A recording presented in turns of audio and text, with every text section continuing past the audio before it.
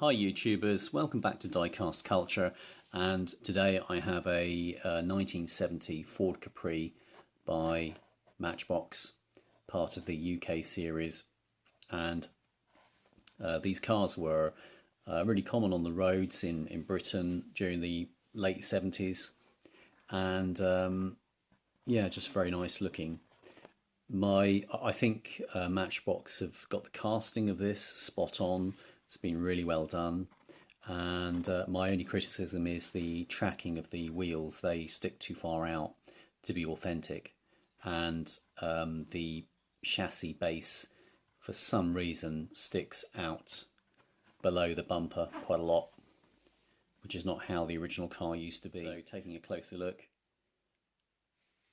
you can see what I mean by the wide track of the wheels.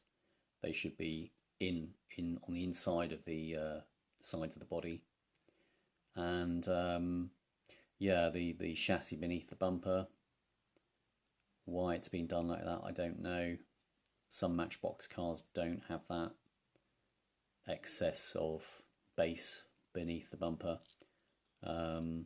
Maybe they thought it looks cool because it looks more like a souped up street muscle car. I don't know. So what I plan to do with this is to change the tracking of the axles to make these wheels sit inwards of the body, and the way I plan to do that is to use this donor vehicle, which is a mini cargo truck, it's described as, and the reason being is because it's got a really it's a narrow vehicle, narrow track, so the axles are shorter. So I should be able to just drill the rivets at each end, take the base off, do the same for this, and then just replace. The wheels are, I think, identical. So let's see how it goes. So here is the moment of truth. So we can take off the base. So I've drilled out the rivets just with an ordinary drill, and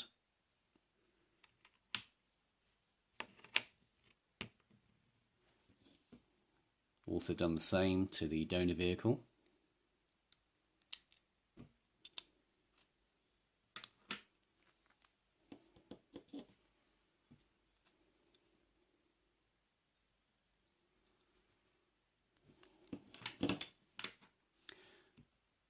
So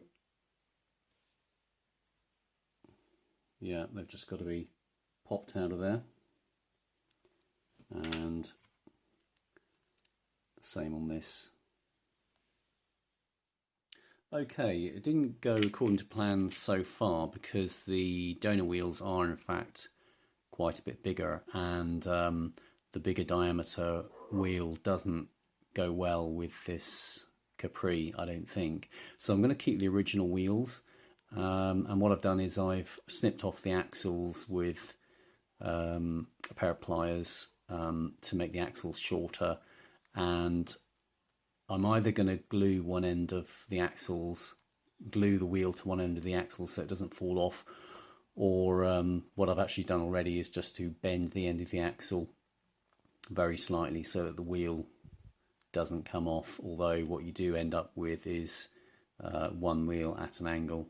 So yeah, what I might do is get the glue out at some point, straighten the axle up. So there's not a lot I can really do about reducing the chassis sticking out underneath. In the meantime, before I put it back together, just a quick look at the casting. And the glass, and also the interior, which is pretty cool. Here you go, classic 1970s seats with no headrests, and a tiny back seat with no legroom. You've got the stick shift there, or the manual. So you can see how Matchbox and Hot Wheels can produce these cars at such a cheap cost.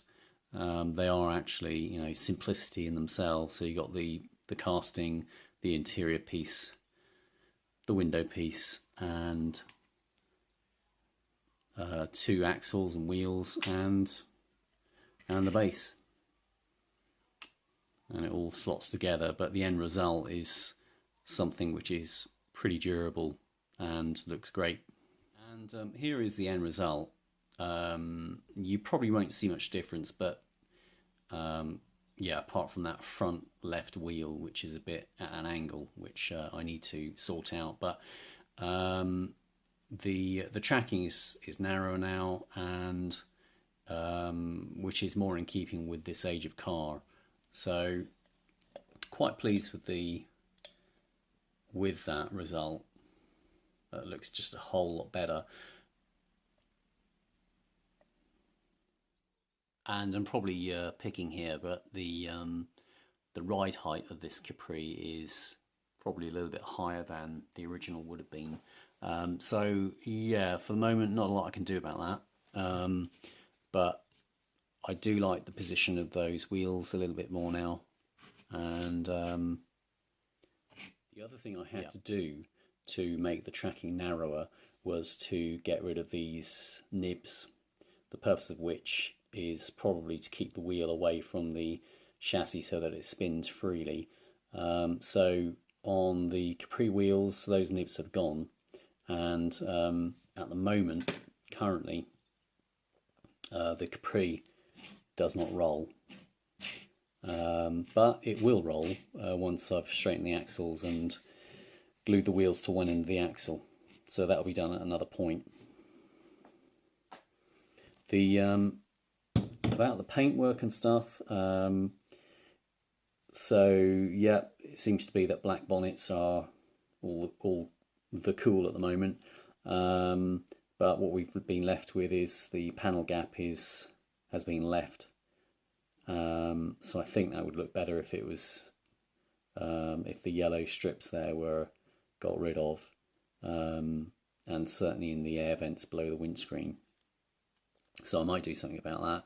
And then the other thing I may do is to add some tail light detail.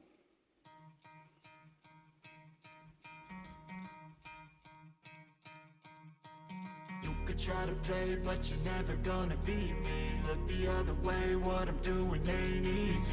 Bloody hands stained from the people who deceive me. Muddy hands break through the chains, go free me. Looking for change, looking for pain. Pulling a mob, pushing a train. I'll never stop, stick to a lane. Pick up the pieces and go rearrange.